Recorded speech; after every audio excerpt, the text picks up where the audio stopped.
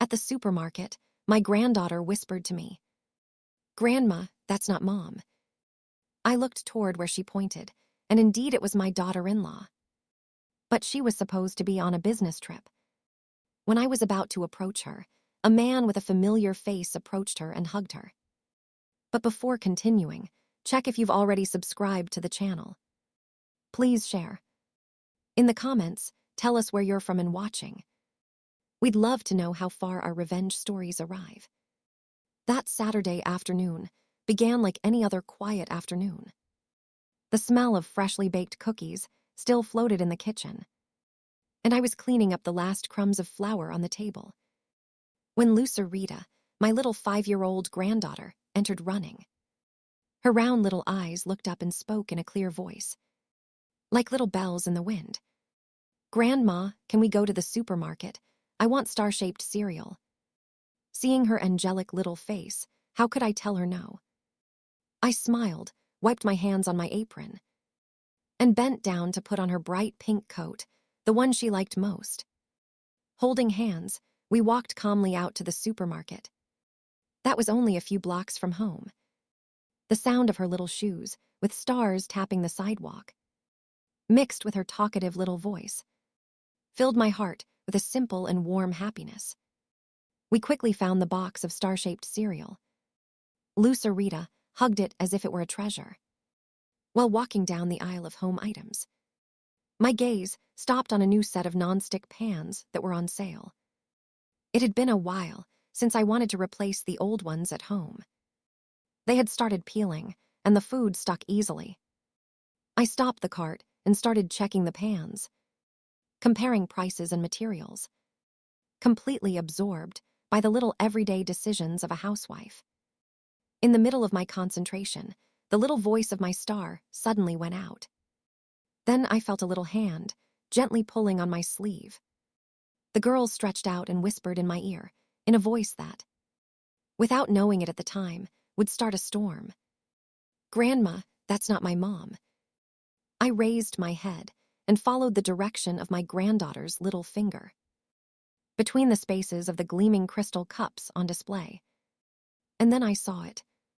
In the imported wine section, among very expensive bottles, stood Camilla's unmistakable silhouette, my daughter-in-law.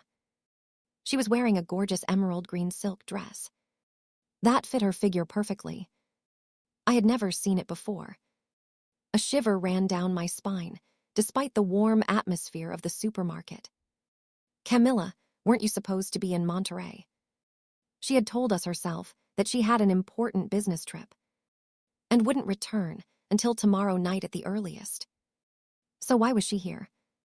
For a moment, I tried to call her, but my voice got stuck in my throat when a man, whose figure seemed too familiar to me, appeared from behind and hugged Camilla around the waist. That gray hair, that firm stance. It was Rogelio, my husband, the man with whom I had shared more than 40 years of my life. Camilla smiled, a radiant smile, resting her head on his shoulder, and Rogelio, embracing her as well, leaned forward and whispered something in her ear that made them both laugh at the same time. Their laughter mingled in a melody that should have sounded cheerful, but it squeezed my chest in a strange way. Still a spark of hope, a fragile excuse crossed my mind. It's almost Christmas. Maybe they were buying a surprise gift for me and Mauricio, my son. I remembered that last year they had also faked a scandalous fight, just to throw me off, and then secretly organized a surprise birthday party. Of course, I was sure this time it was the same. Without me even noticing, I broke into a smile, a mocking smile toward my own absurd mistrust. Right at that moment, Lucerita was struggling, trying to get off the cart to run toward her parents. I rushed to stop her. I put a finger to her lips, a sign of silence, leaned in and whispered in her ear, trying to turn my bewilderment into a game. "We're playing spies. Let's spy on Mom and Dad and keep it a secret to see what they do." Lucerita's eyes shone with emotion. She nodded enthusiastically and sat very still in the cart. I took a deep breath and pushed the cart through another aisle, keeping us at a safe distance to observe them. But they didn't go to the checkout. They headed directly to the luxury shopping center connected to the supermarket. My heart started beating a little faster. I left the cart with the box of cereal and some other loose items. In a secluded corner, carried Lucerita in my arms, and followed them silently. They entered Esmeralda, a luxury jewelry store that I usually only dared to look at from the outside. The bright lights of the interior made the diamond, DS and precious stones shine dazzlingly. I hid behind a large marble column, pretending to check my cell phone, while never taking my eyes off them. An elegantly dressed employee greeted them with a smile, as if they were distinguished customers. I saw Camilla point to a diamond necklace inside a display case. I felt a spark of warmth in my heart. I didn't think they were so generous, choosing such a luxurious gift for me.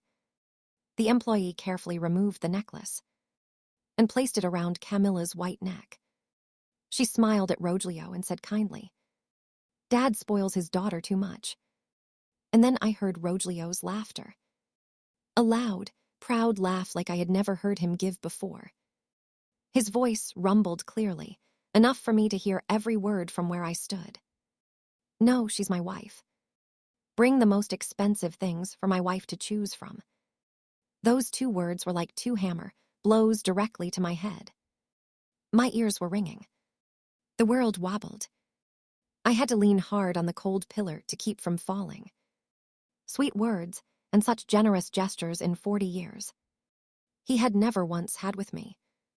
Every time we went shopping, he only kept saying I should save. Never once did he introduce me with that full voice, full of pride. While Camilla continued gazing at herself in wonder in the mirror, trying on another pair of earrings, I took out my cell phone with trembling hands, trying not to let it show. I quickly took a picture. Click. That little sound rumbled like thunder.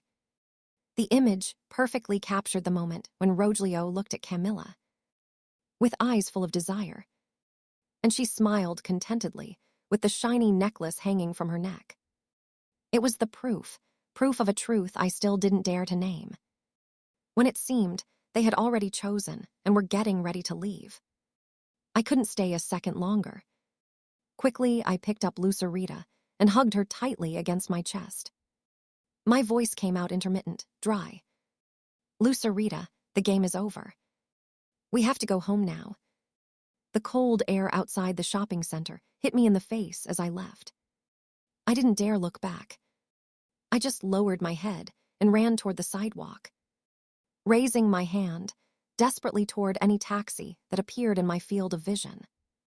Lucerita sank her head on my shoulder, perhaps feeling the restlessness in every accelerated heartbeat of my heart. Luckily, a yellow taxi appeared and stopped, just as I slammed the door shut, with little Lucerita and all the chaos I carried inside. Rogelio's black sedan was also leaving the underground parking. A relentless force, an icy determination I never knew I had, took hold of me. I couldn't go home. I couldn't pretend nothing had happened. I had to know how far this lie went. I pointed toward the car. My voice sounded strange, urgent, but firm. "Please follow that car. Maintain a safe distance. Do not let them see us." The taxi driver, a middle-aged man with a tired look, glanced at me through the rearview mirror, clearly uncomfortable. Perhaps he was already used to scenes like this. He didn't ask anything. He just nodded slightly and merged into the traffic flow. Rogelio's car did not take the road to our house, where dinner was waiting for us. It didn't turn toward Paloma's neighborhood either, my eldest daughter's neighborhood. He was heading toward an area completely unknown to me, a suspiciously quiet place I had only heard of, famous for its discreet hotels where secrets are bought and sold by the hour. I felt something inside me sinking. Every meter the car moved forward was another stab in the already broken trust I had. Finally, the car stopped in front of a hotel called the Secret Refuge. The name sounded like a cruel mockery of my situation. Immediately, a uniformed doorman came out and opened the door for Camilla with a noticeably respectful bow, as if they were regular customers, the real owners of the place. They walked arm in arm. Camilla rested her head on Rogelio's shoulder. They looked like a couple, enjoying a romantic date.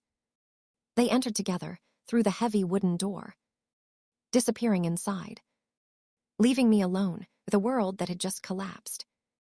"Stop on the other side of the street, please," I said to the driver in a hoarse voice. My heart was pounding in my chest, like a drum announcing an unequal war. With trembling hands, I picked up the phone once more, trying to keep it steady. I zoomed in maximum to take a picture of them entering the hotel. The image was blurry, but it was irrefutable proof. I turned to Lucerita, who kept staring, confused. I hugged her, inhaling deeply the scent of her hair to calm myself. I brought my mouth close to my granddaughter's ear, trying to make my voice sound as soft as possible, as if we were still playing spies. "Lucerita, promise Grandma that what we saw today will remain a secret just between you and me. Don't tell anyone, not even Papa Mauricio." The girl nodded, with those large eyes that did not yet understand the darkness in this story. For her, being a spy meant keeping secrets. But that innocent promise felt like a heavy burden on my soul. On the way back home, I stayed silent. The taxi passed in front of the park, where Rogelio and I used to take Mauricio for walks in his stroller. The memories returned as a form of torture.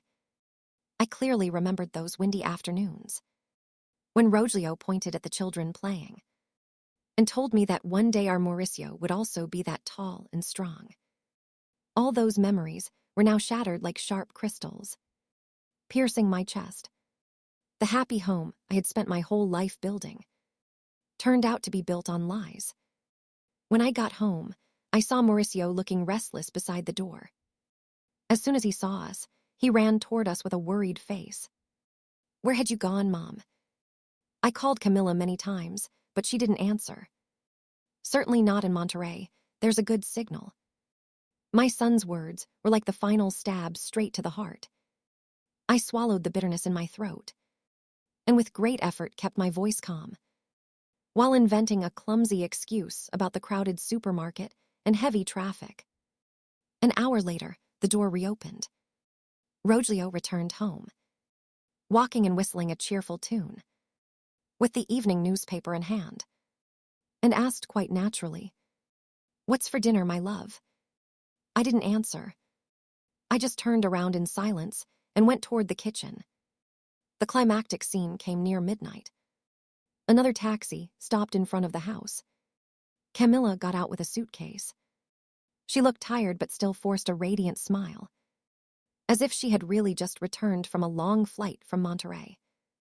Mauricio, my poor son, ran out to hug her with joy and hurried to carry her suitcase. "You're back. The trip was very heavy." Camilla snuggled into his shoulder, complaining a little about tense meetings and difficult clients. From the doorway, Rogelio watched the scene with a smile. He turned toward me, his wife, whom he had betrayed just hours before, and said proudly, "Look how pretty they make a couple, don't you think?" I couldn't bear it any longer. A knot of nausea rose from the deepest part of my stomach. It was a repulsion that went beyond the body. It was of the soul. I couldn't say anything. I just mumbled an apology, turned away, and ran to the bathroom. I closed the door, hit the wall, and vomited. I collapsed kneeling on the cold tiles, with nothing left in my stomach, just bitterness and humiliation overflowing inside me. Soft knocks on the door, followed by Mauricio's worried voice. "Mom, are you okay? Do you want me to bring you a little water with ginger?" My heart sank for him. He knew nothing. He was still living in the illusion of a happy family, of a dedicated wife. I couldn't let him see me like that. I took a deep breath, tried to control my short gasps, and replied with the weakest voice I could muster. I'm fine, son. It must be something I ate at the supermarket that made me sick. Go on, take care of Camilla. She must be tired from the trip. Yes, Mom, rest for a while. I heard his footsteps fading away. I forced myself to stand up, leaned on the sink, and looked in the mirror. Who was that woman staring back at me? Swollen and red eyes, decomposed face, hair a disaster. That wasn't Maria, the strong woman who had always been the pillar of the family. That was a broken woman. I turned on the faucet and splashed cold water on my face several times. The icy water helped me stay calm, forcing the tears that wanted to come out back inside. I would not collapse, not yet. When I came out, the scene was already carefully prepared. Camilla had placed the suitcases in the room and smiled as she took out one by one the gifts.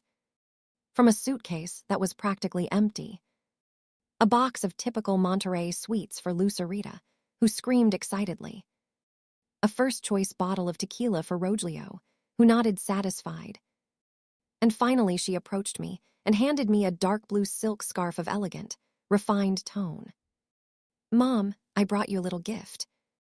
I passed by a store and it seemed perfect for you, so I bought it. I held out my hand to receive it. My fingers trembled a little when they touched the soft silk, although the sensation was like stroking a frozen snake. I forced a fake smile and replied curtly, Thank you. It wasn't necessary, given how tired you are from the journey. During the late dinner, the kitchen, which used to be the warmest place in the house, became a stage full of tension. Camilla was the main actress. She talked nonstop about her business trip, how stressful the meetings were, how demanding the clients were, how she had to stay up late preparing the presentation, and how she managed to sign an important contract. Every lie was so well elaborated that it left no loose ends.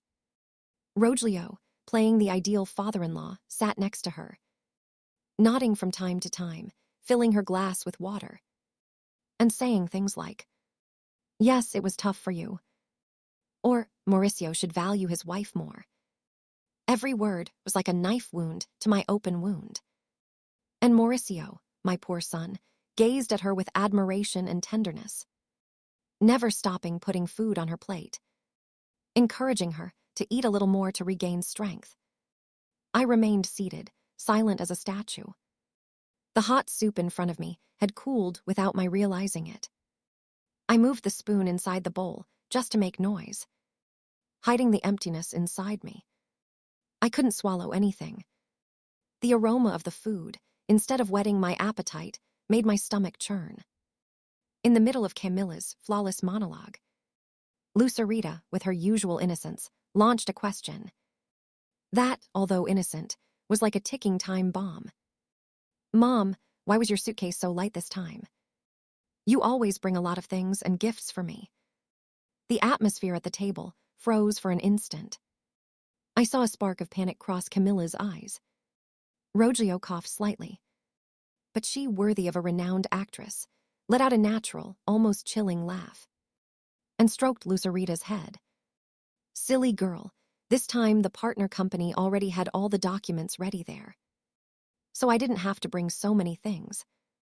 I just needed to get my intelligent head in there. She pointed to her forehead and winked at Mauricio. My son also smiled, completely convinced. I couldn't sleep that night. I lay next to the man with whom I had shared more than 40 years of my life. But now he seemed a complete stranger. The distance between us was not the few centimeters of the mattress, but an abyss of lies.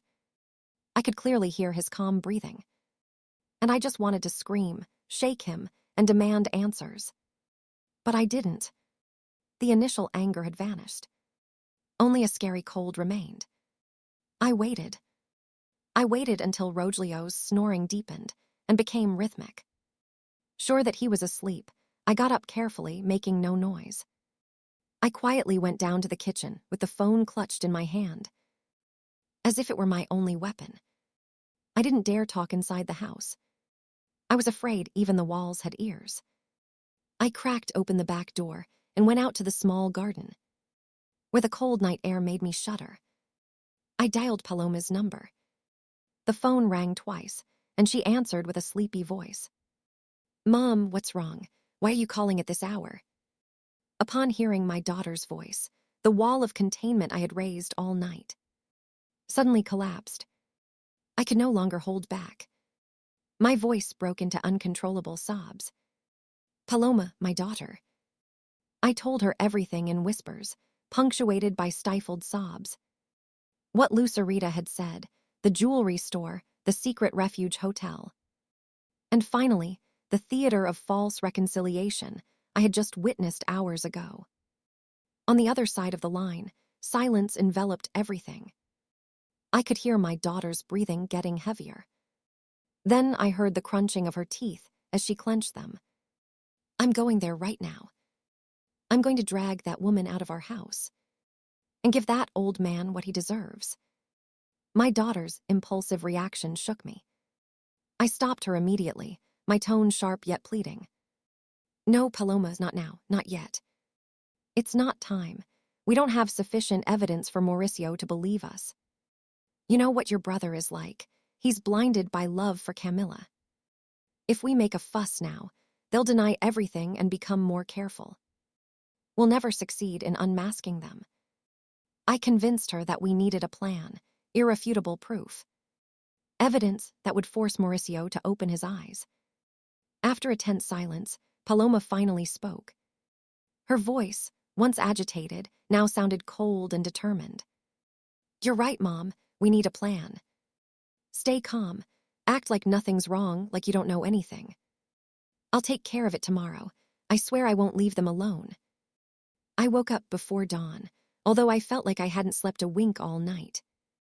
While shuffling down to the kitchen to make myself a strong cup of coffee, Rogelio was already sitting there as usual, reading the morning newspaper. When he saw me, he looked up and squinted with feigned concern. "You didn't sleep well last night. You look very tired." His words were like a thorn in my ear. I had to hold on to the edge of the countertop so as not to tremble. It must be the insomnia of old age. I answered in such a flat voice that it scared even me, and turned around so he wouldn't see my swollen eyes. I poured myself a cup of black coffee without suga. The bitter taste helped clear my head, reminding me of the bitterness of the truth. At midday, while soullessly cleaning some vegetables in the kitchen, the phone vibrated gently. It was Paloma. My heart skipped a beat. I quickly dried my hands, went to the storage room, and closed the door. The voice on the other end of the line no longer sounded agitated like the night before. She spoke with chilling calm and clarity. "Mom, I asked a friend who works at a law firm. He recommended someone specialized in delicate matters like this. His name is Luis Carrillo." A small ray of hope slipped through the dense fog of desperation. "Delicate?" I asked. "Yes, Mom," Paloma replied. "He's the one who's going to help us discover the truth. Can you meet me today at 2 in the afternoon? At La Sombra Cafeteria, in the San Angel area. It's a discreet place. We won't run into anyone we know." My heart began beating harder. This was the first step. "Okay, I'll be there." I had to lie to be out of the house at that hour. I looked for Mauricio, who was engrossed in front of the computer, trying to finish a project. Seeing his thin back and focused face, my heart was crushed. "Mauricio, son, I have a meeting with the church women's club. I'll probably be back in the afternoon." He turned around and smiled at me, a warm smile full of confidence. "Yes, Mom, take good care of yourself." Each lie was like a stab I was giving myself in the chest. I, who had always taught my children to live honestly, now found myself forced to enter a world of secrets and deceptions. But I knew this lie was necessary to protect my son from a truth 1,000 times crueler. I arrived at La Sombra Cafe 15 minutes early. The place was hidden in a quiet little alley. The interior was quite dark, with only a few scattered customers. I chose a table in the farthest corner and ordered a chamomile infusion to calm the nerves that were as taut as a rope. Minutes later, Paloma entered accompanied by a man. He was about 40 years old, average build, wearing a simple shirt and dark trousers. If I had seen him on the street, I would have thought he was an office worker, an accountant or a teacher, not someone who dedicated himself to what I was imagining. He wasn't wearing a leather jacket or a mysterious face. Nothing that would attract attention. Paloma introduced him in a low voice. "Mom, this is Mr. Louis Carrillo."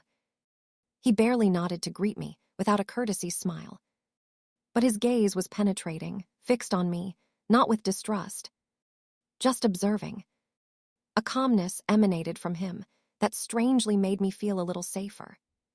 We sat down. For a moment, silence enveloped us.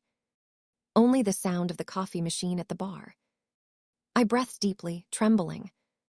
I took out my cell phone and showed him the photo I had taken at the jewelry store. Louis took the phone and looked at the image for a long time. He showed no emotion, neither surprise nor compassion. His face was like a doctor observing an X-ray, completely focused on the details. After a while, he set the phone on the table and spoke in a grave, measured voice. "What are the full names of these two people? Her husband's car license plate. Daily routines, you know. Anything out of the ordinary lately?" And then I told him the whole story once again. From Lucerita's whisper to the fake scene of the previous night. Louis didn't interrupt me once. He only listened, nodding occasionally, eyes fixed on me. His serenity was like a sedative that allowed me to let everything out. Without feeling I was making a scene. When I finished, he remained silent for a few seconds, as if organizing all the information in his head. Then he looked me straight in the eyes, and I saw determination in his gaze. "Ma'am, to obtain irrefutable proof, I'm going to need your help." I froze. "My help?" "That's right," he said. "I need you to provide me access to your husband's car. For about 10 minutes, alone and without anyone noticing." I was stunned, but I soon understood. He needed to install something, a tracker, a microphone. The idea scared me, but it also ignited a fierce determination within me. I had gone too far. I couldn't back out. The meeting ended quickly. Before leaving, Louis left a card on the table. "This is my number. Contact me only if it's really necessary. For now, as your daughter said, act like you don't know anything. Just a normal wife and mother-in-law. I'll take care of the rest." Then he stood up, greeted me with a nod one last time, and disappeared among the shadows of the alley as fast as he had appeared. I sat looking at that small card on the table. It wasn't just a series of numbers. It was a promise, a pact. The theater mounted inside my own house had to continue. And my role was now more difficult than ever. 2 days after the meeting with Louis, I lived like an actress on the stage of my own life. Every meal was a scene, every greeting a calculated line of script. I had to smile when Rogelio told a lame joke. I had to nod when Camilla boasted about a non-existent achievement at work. The home that was once my refuge had turned into a suffocating cage. I waited with the patience of a predator until the perfect moment arrived on Thursday morning. During breakfast, I stirred my coffee purposely very slowly, and, as if it were a casual comment, mentioned Aunt Carmen, my older cousin who lived in a town an hour away. "Last night Aunt Carmen called," I said, eyes buried in the coffee. To hide my nervousness, "She's unwell, keeps coughing. She said she misses the children and wants me to visit her this weekend." Every word was a carefully crafted lie. Aunt Carmen was perfectly fine and hadn't called me. Just as I anticipated, Rogelio frowned upon hearing that name. He had never liked my cousin, who talked a lot and always had an opinion on everything. "Oh, her again," he murmured, turning the page of the newspaper forcefully. Go by yourself. This weekend I have a round of golf with the boys. Just thinking about it gives me a headache. An icy chill ran down my back. That was exactly what I expected. I nodded slightly, feigning a certain sadness. Okay, I'll go alone then. Right after breakfast, when nobody was paying attention to me, I went to my room and sent Paloma a message we had already agreed upon. A completely innocent phrase that said it all. This weekend I'm going to bake bread. Seconds later, Paloma replied, That's great, Mom. I'll be waiting for you. I knew she had understood the message and would immediately notify Louis. The trap was beginning to close. Saturday morning, I got ready to go out. I paced back and forth in the room on purpose, making noise. So Rogelio knew I was about to leave. He was in the bathroom. The sound of running water gave me perfect cover. It was my only chance. His keyring was in the same ceramic bowl as always, on the furniture next to the door, where he left it every time he got home. My heart was beating hard in my chest. I approached stealthily, lifted the keyring with a trembling hand, and glanced toward the bathroom. The water kept running, covering the noise of my heart. I quickly pulled from my coat pocket a small device, identical to a decorative oak leaf keychain that Paloma had given me. It took only 3 seconds, 3 seconds that felt like eternity. Removed the old ornament and placed the hidden microphone. The metallic sound rumbled like thunder in my ears in the silence of the house. I put the keyring back exactly in its place. At that same instant, the water stopped. Thud. I felt my stomach shrink. I ran back to the sofa, bent down to put on my shoes, pretending to battle with the laces.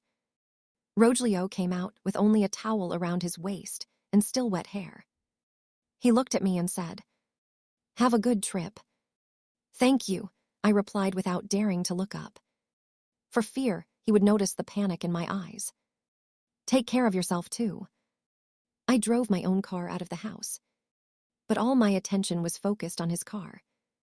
My hands gripped the steering wheel, soaked with sweat. I followed Louis's instructions until I reached a lonely street, near a small park on the outskirts. I parked, got out of the car, and started walking calmly on the sidewalk, pretending I was waiting for someone.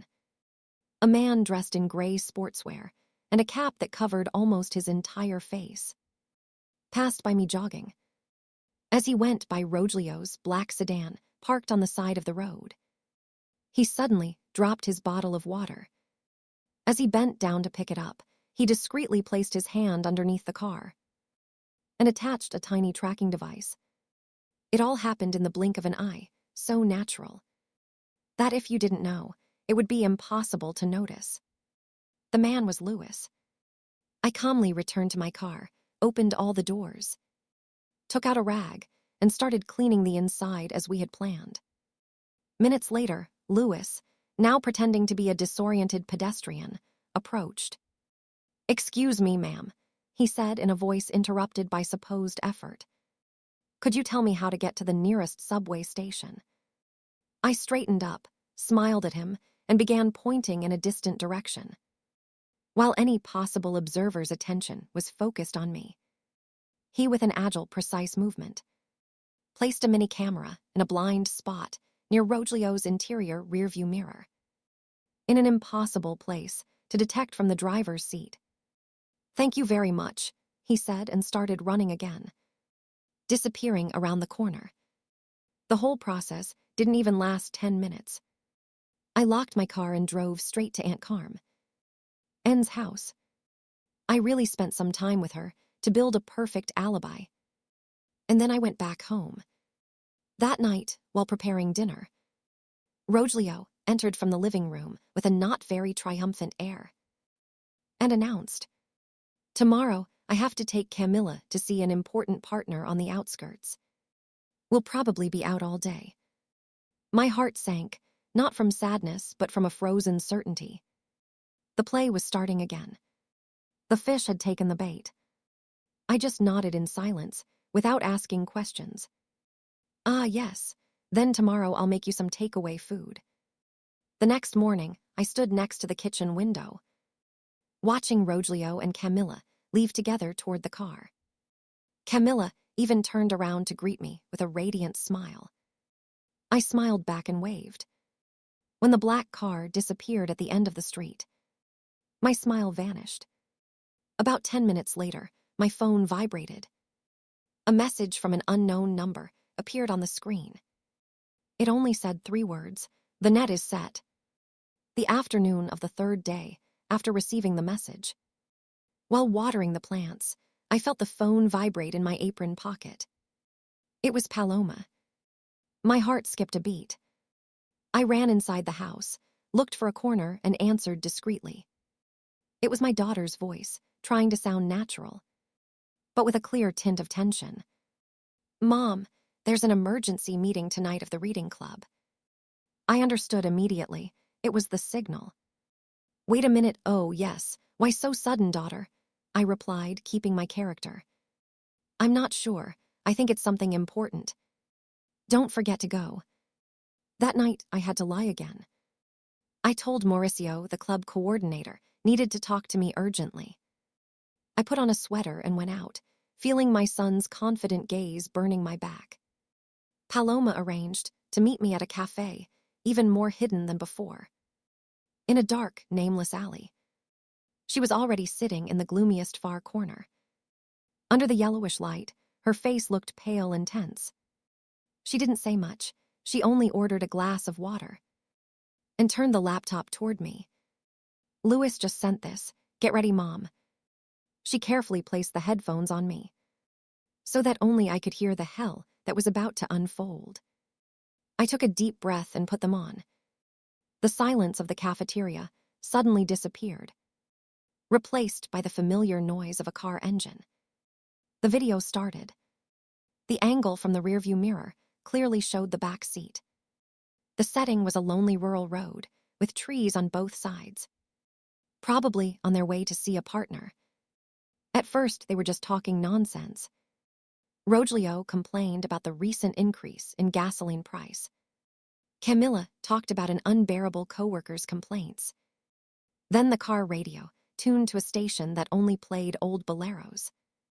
I felt as if someone were squeezing my heart. That was the station Rogelio and I used to listen to when the children were little and we went on road trips. That sentimental, romantic melody used to be the soundtrack of our happiness. And then I saw Rogelio's hand stretch back on the screen and stroke Camilla's shiny hair. His voice returned more serious, drenched in a tenderness I never received. "While that old woman is still just as stupid, you will always be my princess." That old woman made my blood run cold. After more than 40 years together, I had become that old woman to him. Camilla let out a little laugh, that high-pitched sound I now found repulsive, like broken glass tearing the ear. She rested her head on his shoulder, and with a voice as sweet as honey, but poisonous like deadly syrup, said, "She still thinks I'm the perfect daughter-in-law. She doesn't even suspect anything when I tell her I need money for online talent development courses for Lucerita." My throat closed up. I remembered the times Mauricio had to work until late, telling me he did it so his daughter could have access to the best education possible. And now it turned out all those sacrifices my son made alone were used to pay for luxuries and finance the dirty dates between these two. Then they started kissing. Rogelio pulled over in a vacant lot on the edge of a hidden path behind some bushes. What happened next forced me to cover my mouth with both hands, so as not to scream. They tangled right there in the back seat, without the slightest restraint, without a touch of shame. I shuddered. That seat wasn't just any place. That was where Lucerita's little car seat used to be, where the girls sang happily every time we returned from a walk.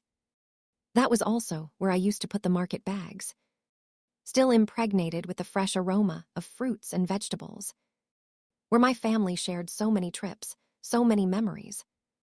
That little family sanctuary was now stained by the worst kind of betrayal. I couldn't keep watching. I tore off the headphones and pushed the laptop away, as if it were a monster.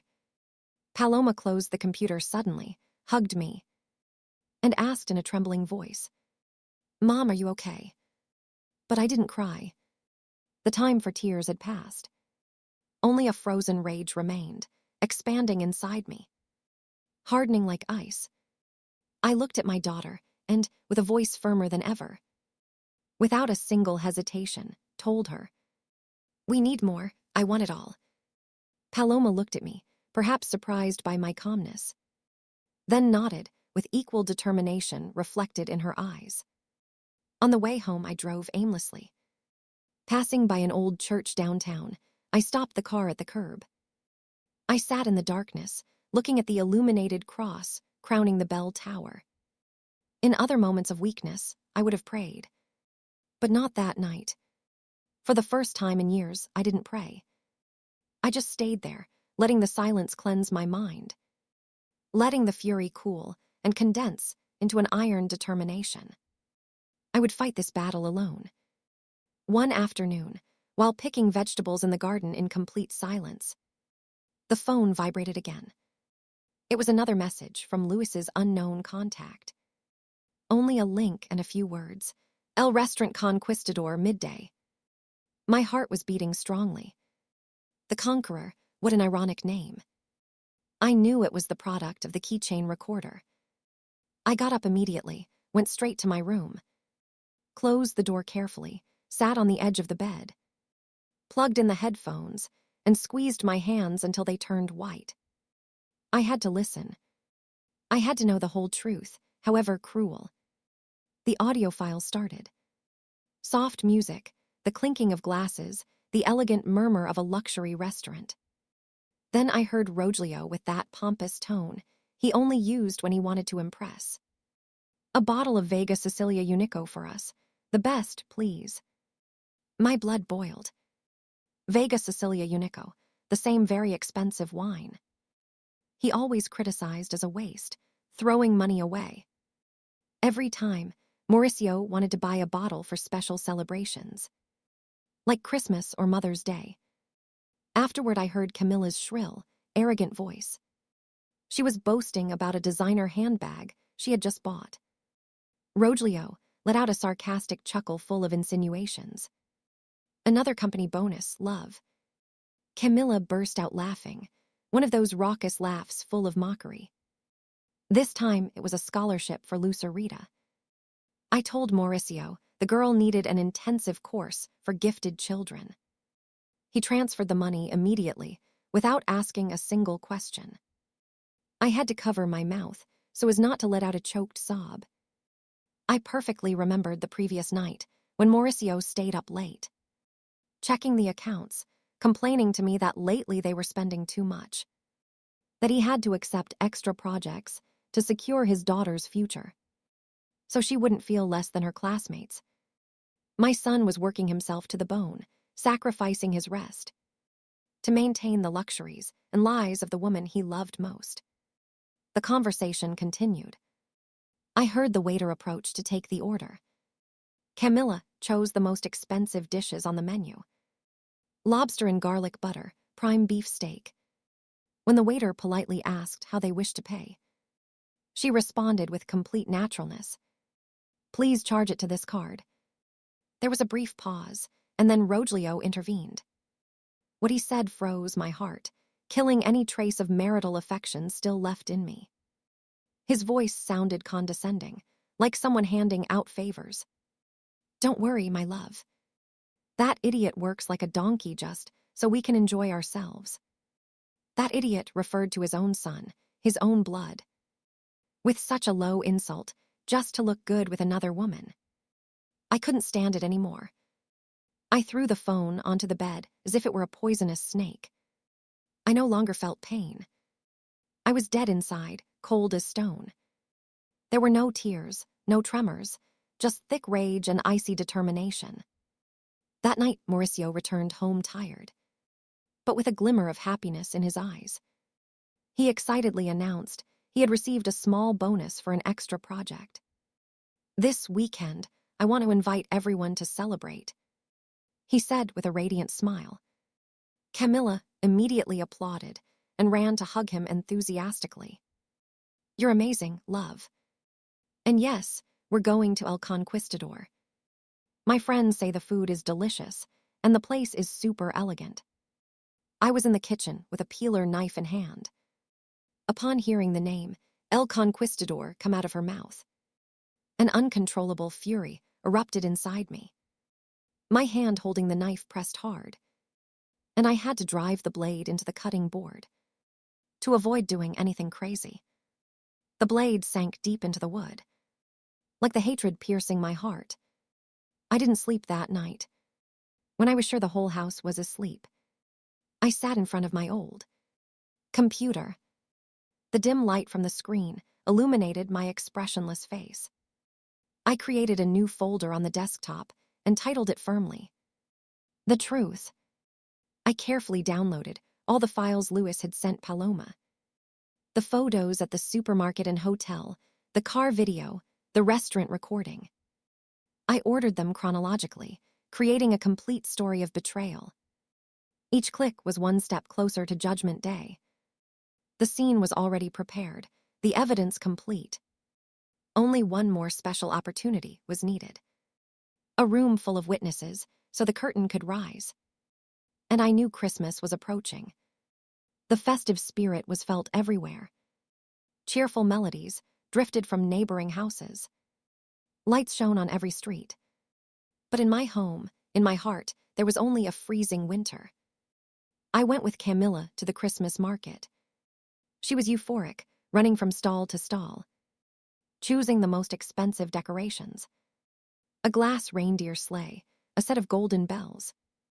And I had to smile and nod, knowing she was probably paying for it with money earned by my son's sweat, some invented special bonus or scholarship. When she chose a huge star with sparkling stones to put at the top of the tree, she turned, took my arm, and said in a honeyed voice, "It has to look beautiful, Mom, because our family deserves the best." I just nodded, with a lump in my throat.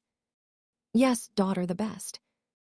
I thought silently, knowing the truth was the best thing this family needed. I decorated the tree with Rogelio. It had been years since we'd done it together. He hung bright spheres on the branches. Then suddenly, he hugged me from behind, a gesture he hadn't made in a long time. His arms were no longer warm. They only made me feel suffocated. "We had a wonderful year, didn't we, love?" he whispered in my ear. I stood rigid in his embrace. The scent of his shirt hit me hard, a sweet, unknown perfume. Not the one I used to buy for him. I barely nodded, said nothing, and pulled his arm away with the excuse that I had to prepare dinner. Lucerita was the only light in those dark days. She was completely immersed in Christmas magic, writing her letter to Santa Claus excitedly, asking me to review it to see if it was polite enough, singing carols with such a clear voice that it was the only sound in that house not stained by falsehood. Looking at her, seeing the purity and faith in her eyes, I knew I had to do this. I had to clean all this filth to protect my granddaughter's future from so many poisonous lies. She deserved to grow up with the truth. The afternoon before Christmas Eve, Paloma came home, under the pretext of helping me prepare dinner. We went into the kitchen. The sound of the knife and running water was the perfect curtain for our conversation.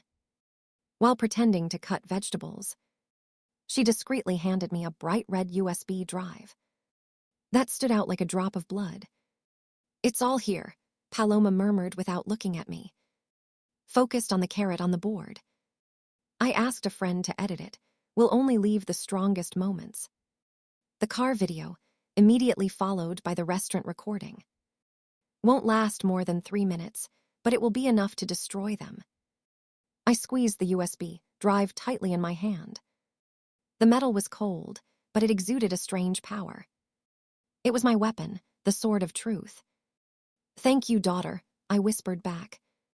That night, the guests began to arrive.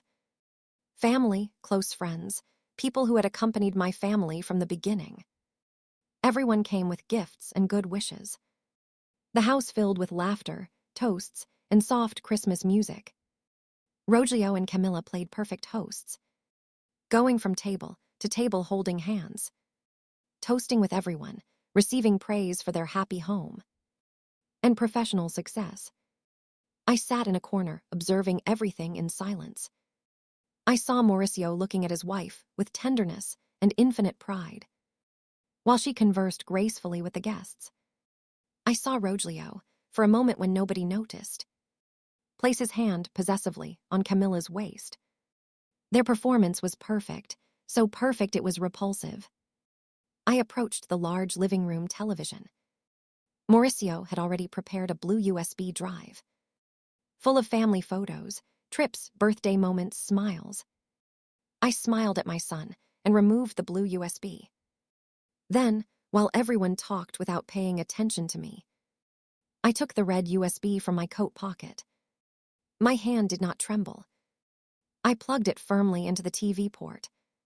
When finished, I returned to the table and sat in front of Paloma.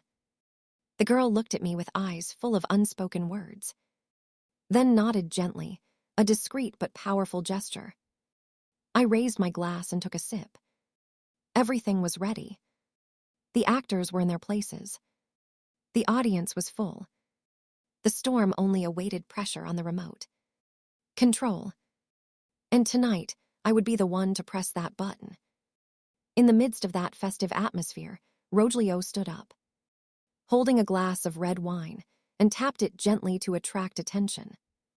When the room fell silent, he began a speech filled with feigned emotion, voice warm and solemn. Thank you all, friends, loved ones, for being here celebrating with our family on this special Christmas night.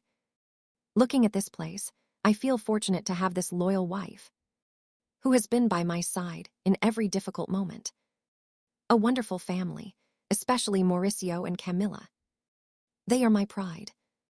Seeing them happy makes me feel I have fulfilled my duty as a father. Camilla smiled shyly and leaned on Mauricio's shoulder. My son gently squeezed her hand. With eyes full of pride, Rogelio raised his glass higher. So I want us to toast together to family, to the trust and love that will always keep us united.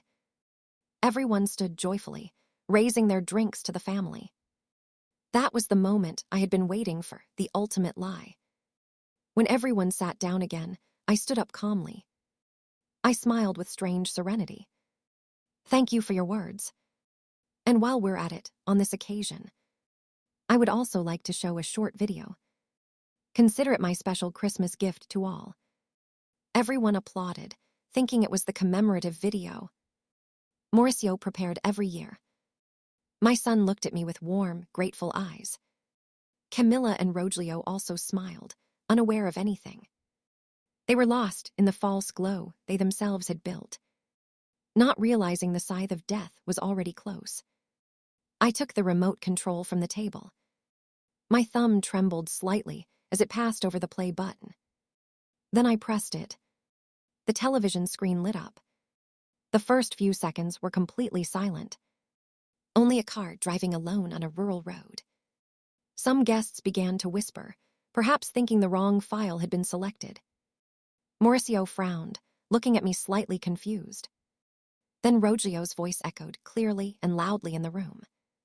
The room suddenly fell silent. That old woman is still just as foolish as ever. You will always be my princess. The entire room went mute. Even the soft Christmas music seemed to stop.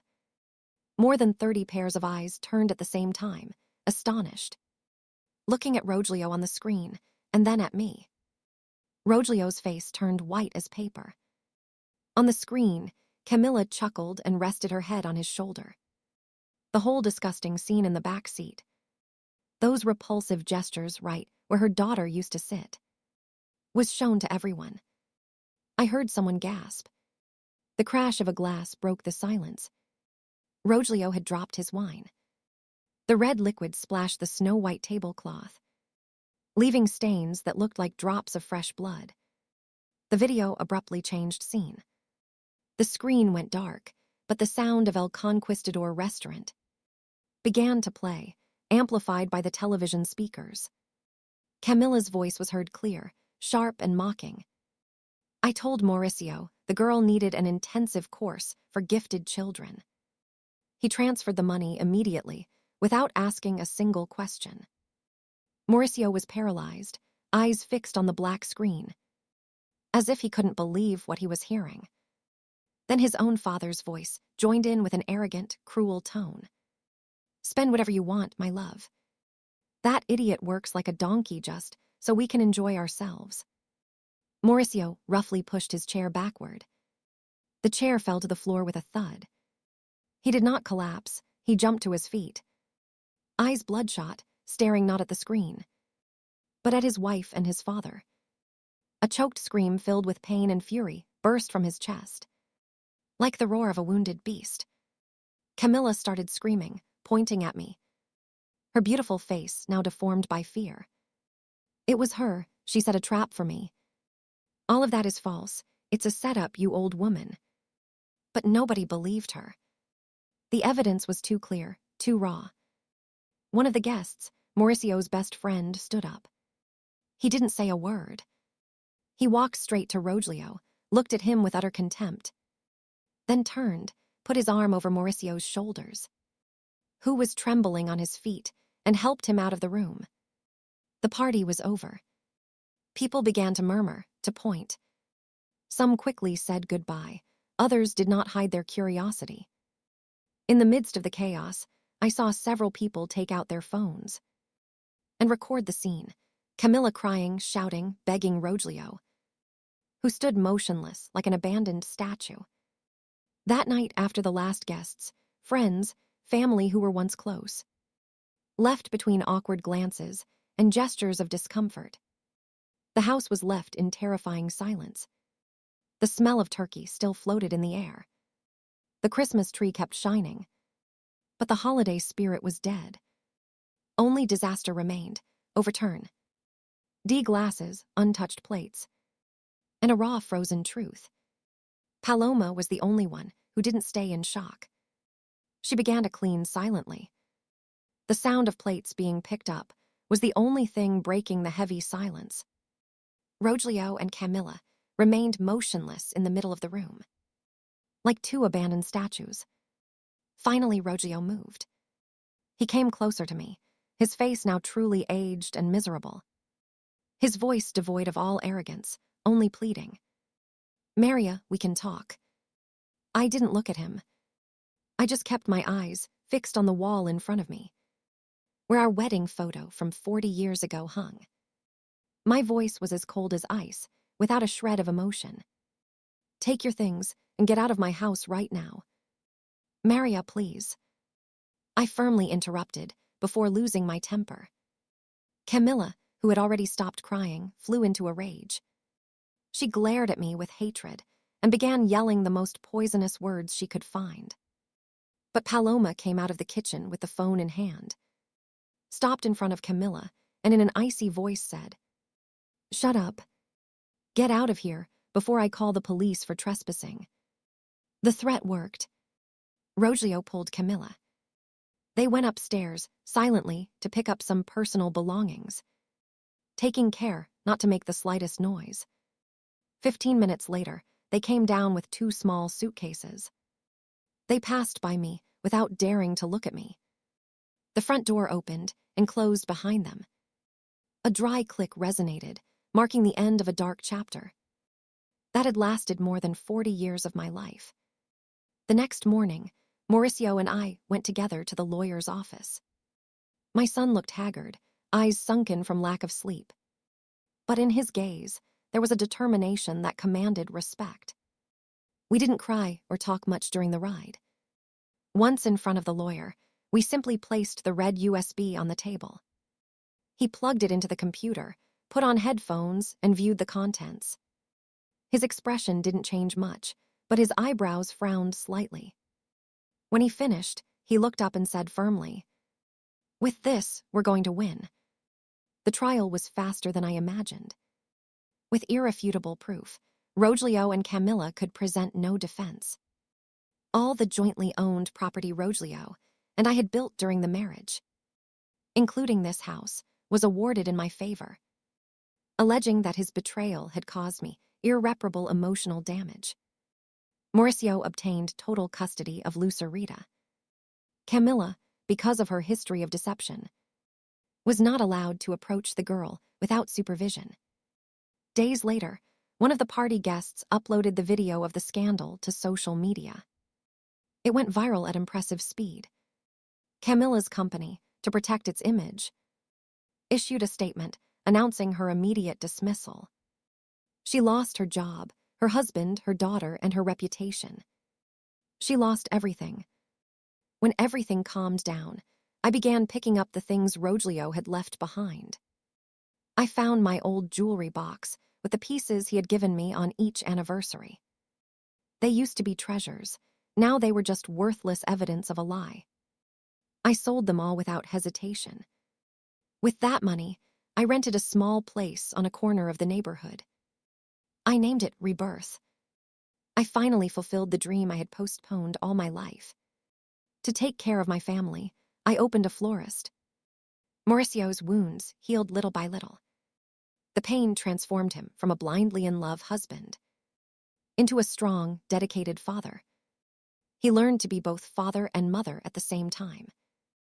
I often saw him sitting on the step, patiently braiding Lucerita's hair every morning. His big fingers clumsy, but full of affection. Lucerita remained a cheerful girl. Perhaps because of her young age, she didn't understand all the events. She simply knew her mom and grandfather had gone far away. She loved running around in my flower shop, helping me water the plants and learning to wrap small bouquets. At the end of the day, I used to gather the fresh flowers that were left, wrap them carefully in newspaper, and take them to give to the elderly neighbors who lived alone. Paloma and Miguel, my daughter's boyfriend, got engaged. He is a kind, sincere man who often comes to dinner, helps Mauricio fix things, and plays with Lucerita. He brought new, healthy energy to our family. One Sunday afternoon, we all gathered in the small back garden of the house to share a simple dinner. I saw Mauricio smile with his daughter. I saw Paloma and her fiancé holding hands happily. And I took a deep breath, feeling the scent of the earth, of the roses and lavender in the garden. The ashes of betrayal remained behind. And on that land, I once thought barren. A new life bloomed, a new family. I once thought silence was the way to support a family. That sacrifice was a woman's duty. But after everything, I understood. Odd. No love is worth it if it's built on betrayal. Don't wait for someone to come save you from hell, when you yourself can open the door and walk out. Don't fear the truth, because the truth is what illuminates the path to freedom and dignity. Women, no matter our age, deserve respect, sincere love, and have the right to raise our voices and demand justice for ourselves and for those we love. I lost a fake family, but I found myself, and I think that exchange is worth everything. The story you just heard was modified in names and places to protect the identity of those involved. We don't tell this to judge, but with the hope that someone will listen and stop to reflect. How many mothers are enduring in silence inside their own homes? I really wonder if you were in my place. What would you do? Would you choose to remain silent to keep the peace? Or would you dare to face everything to reclaim your voice? I want to know your opinion on this story of stories that hurt, or any suggestion you have so we can improve our content. God always blesses, and I am confident that courage will lead us to better days ahead. For now, on screen I'll finally leave you with 2 of the channel's most beloved videos. I'm sure you'll be surprised. Thank you for staying with me until this moment.